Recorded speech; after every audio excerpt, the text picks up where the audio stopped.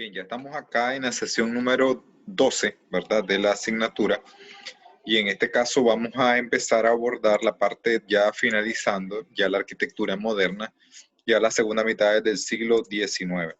Recordemos que la arquitectura moderna es un lapsus en el tiempo en el cual se desarrolla una arquitectura llamada arquitectura internacional, pero para ello debemos ver un poco cómo se desarrolló hasta llegar a este tipo de arquitectura que nosotros podemos ver en Latinoamérica.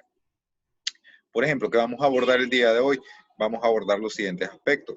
El historicismo y el eclecticismo, arquitectura modernista de los años 1900, digamos, hasta llegar a 1900 en el siglo XX. Arquitectura de hierro, la escuela de Chicago y finalmente el racionalismo con las escuelas de la Bauhaus, ¿verdad? Entonces, para empezar, vamos a establecer la periodización de lo que estamos hablando. Entonces, funciona de esta manera. El eclecticismo se desarrolla propiamente en el siglo XIX y todavía sobrepasa un poco hacia el siglo XX. Luego tenemos que el modernismo se desarrolla en 1800, comienza en 1850 y avanza un poco hacia el 1900, hacia el siglo XX. La arquitectura de hierro es la que dilata más y el racionalismo obviamente es el que tiene más proyección.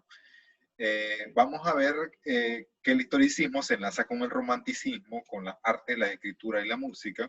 Intenta recuperar aquellos estilos arquitectónicos con que se construye la seña de un país, la identificación de un país.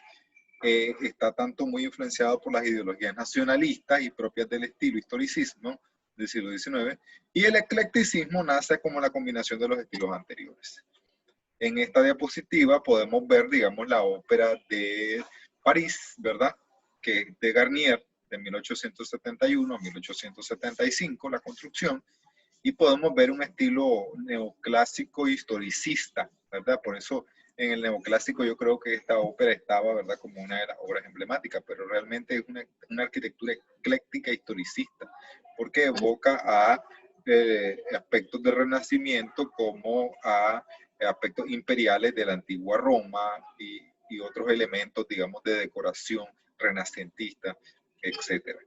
Si podemos ver su interior contrapone completamente lo que es el estilo ecléctico, porque vamos a tener como un rococó por dentro, un neoclásico por fuera, combinado con un renacimiento. Entonces vamos a tener esa mezcolanza, por eso se llama eclecticismo.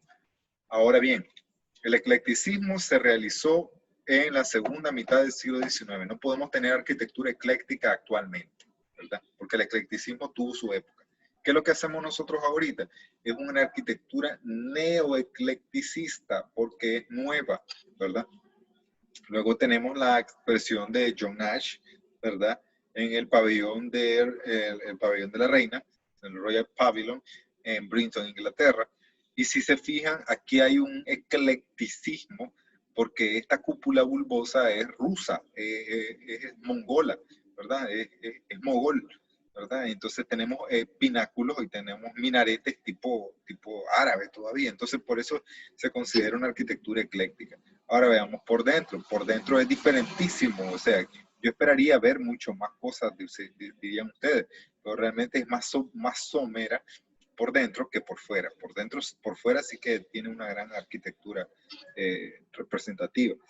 Charles Barry, que es la Casa del Parlamento de Londres, se considera uno de los movimientos, una de las obras arquitectónicas en los cuales usamos el neogótico, ¿verdad? Es un los revivals, ¿verdad?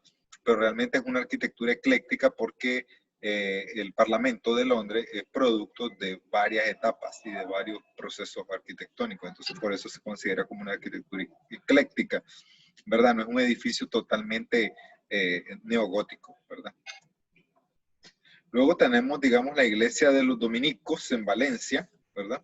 En 1906 ya estamos acá, digamos, entrando al siglo XX, y en el siglo XX ya vamos a ver una arquitectura que comienza a botar todos los ornamentos, pero tenemos igual un neogótico, o sea, un neogótico en mero 1900, ¿verdad? Tenemos pináculos y tenemos una torre, tenemos el óculo, o sea, tenemos elementos historicistas, por eso se le llama historicista, es un neogótico. Bien, pasando al modernismo.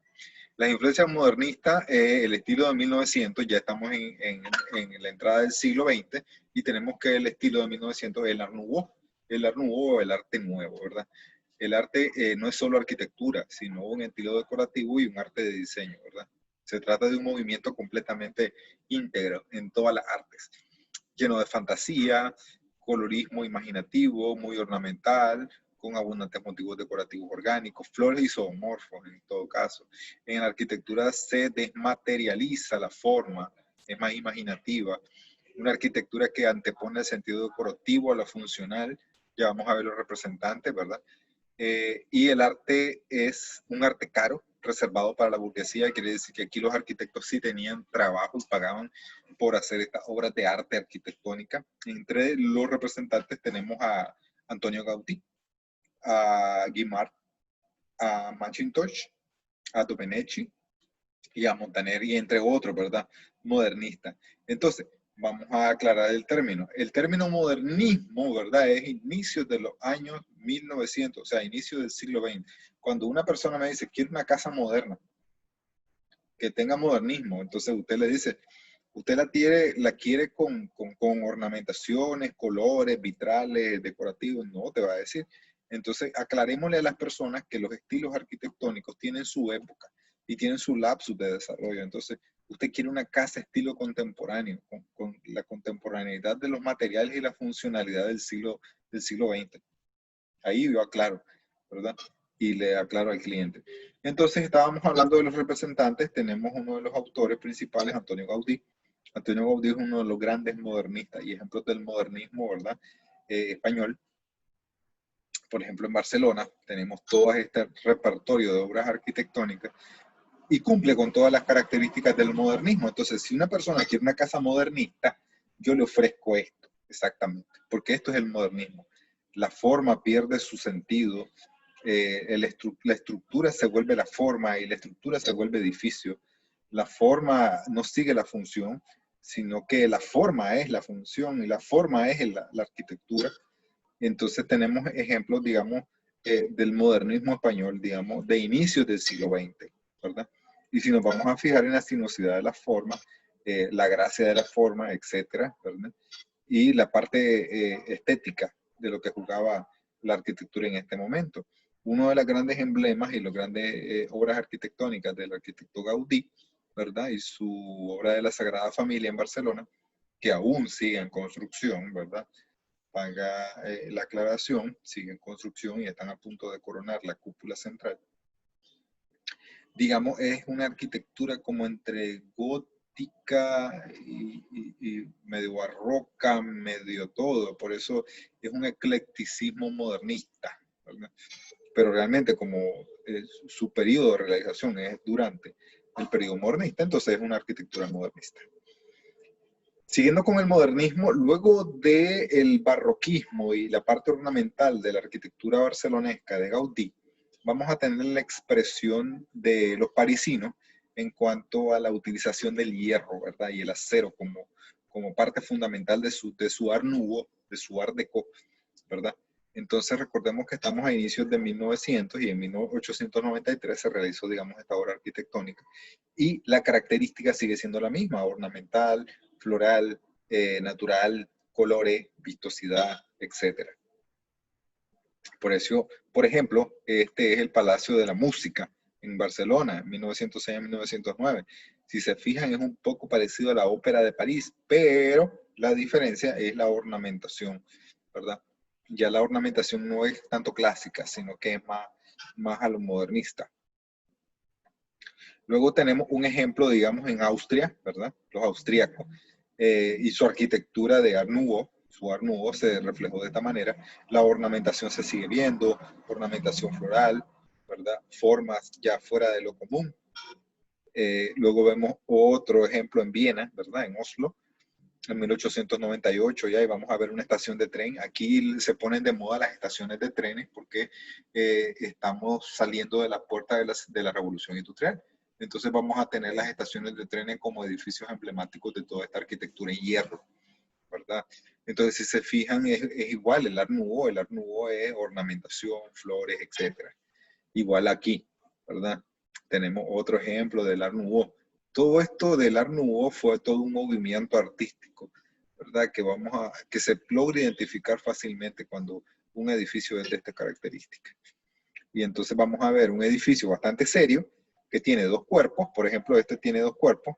Tiene aquí esta diferencia, tiene un cuerpo aquí abajo y este es el otro cuerpo. Un cuerpo decorativo completamente Art Nouveau y el otro cuerpo es más sobrio, ¿verdad? Más somero, ¿verdad? Y ya vamos a ver un edificio en altura que ya deja de ser aquel estilo renacentista, ornamentado, balconcito, balaustrada, sino que ya es una arquitectura más industrializada, ¿verdad?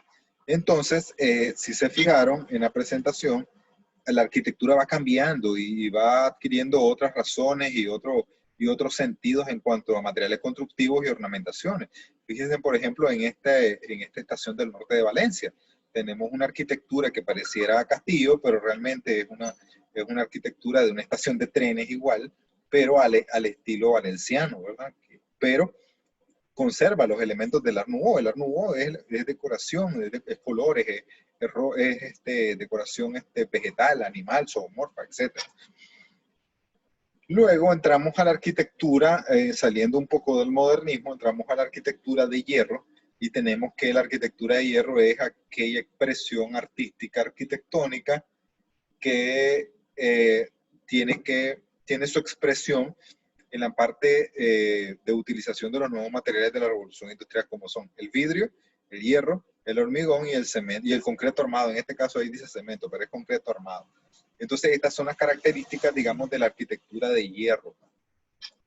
Luego, expresiones en arquitectura de hierro vamos a tener, digamos, una parte mucho más ingenieril que arquitectónica. Entonces viene la gran competencia entre lo que hace el ingeniero arquitectónicamente y lo que hace el arquitecto ingenierilmente. Y entonces hay una confusión de disciplinas, ¿verdad?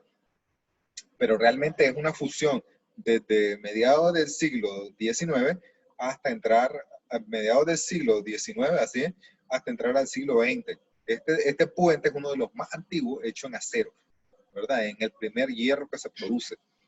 Luego vamos a tener las exposiciones universales de arquitectura, ¿verdad? Las exposiciones universales de arquitectura son el trampolín para poder demostrar lo que se está haciendo con los nuevos materiales. En este caso, tenemos el Palacio de Cristal de Joseph Paxton en 1851, tenemos la Biblioteca Nacional de París de Henri Labrouste en 1858. Si nos fijamos bien, ya la arquitectura se vuelve más industrializada, las piezas son más universales, las piezas también son más ensambladas, tenemos elementos repetitivos, ya venimos a la industrialización y la producción en masa de columnas, arcos, cerchas, etc. Pero no dejamos de tener expresión arquitectónica. Lo que pasa es que ahora es hierro. Los capiteles siguen siendo capiteles, pero los vamos a combinar con estructuras de hierro. La Galería de las Máquinas en 1889, la cual demostró, digamos, es una de las exposiciones de arquitectura más importantes de su haber, ¿verdad? Porque se montó una galería para albergar las nuevas invenciones en maquinaria que había en ese entonces en el mundo.